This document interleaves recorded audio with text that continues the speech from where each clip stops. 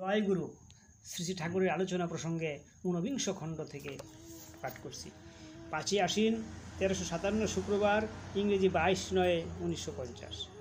শ্রী শ্রী ঠাকুর প্রাতে বড়াল বাংলোর বারান্দায়। জনৈক দাদা তার ব্যক্তিগত নানা সমস্যার সম্বন্ধে বললেন। শ্রী শ্রী ঠাকুর বললেন, সবচেয়ে বেশি দরকার সুকেন্দ্রিক হওয়া।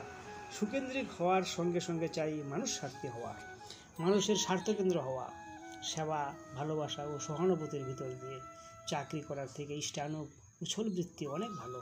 চাকরি মানে সার্ভিসম্যান মেন্টালিটি, দাসসুলভ মনোভাব। ওতে মাথাটা বিকিয়ে দেওয়া হয়।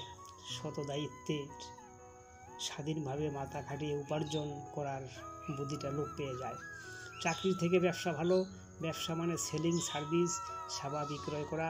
স্বাধীন ব্যবসায়ে অনেক মাথা খাটানো লাগে, সেই দিক দিয়ে এটা অনেক ভালো। কিন্তু সবচাইতে ভালো যাজন এবং লোক সম্পদের উপর দাঁড়ান। তুমি যদি 5 লক্ষ মানুষের স্বার্থ হয়ে উঠতে পারো, না চাইতে যদি প্রত্যেকে তারা কিছু কিছু দেয়, তাই ভালো নয় কি? চাকরি যদি আদৌ করতে হয় তবে ওই চাণক্যের মতো করা ভালো। তার অঙ্গুলি লেখনে সারা ভারতবর্ষ চলত, অথচ তিনি রাজকোষ থেকে 1 পয়সা নিতেন না। দিনান্তে লোকের শ্রদ্ধার্ঘ থেকে তিনি আতপ চাল ও কাঁচা কলা সিদ্ধ খেয়ে সানন্দে দিন কাটাতেন। সমাজকে তার দেওয়া বা কতখানি, আর তার তুলনায় নেওয়া কত অকিঞ্চিতকর। এমনতর মানুষেরাই ছিল সমাজের মাথা। আমি ভাবি, তোমাদের মধ্যে কি চাণক্য বেঁচে নেই? আবার কি চাণক্য জাগবে না তোমাদের ভিতর দিয়ে? এরপর শ্রী ঠাকুর কয়েকটি বাণী দিলেন।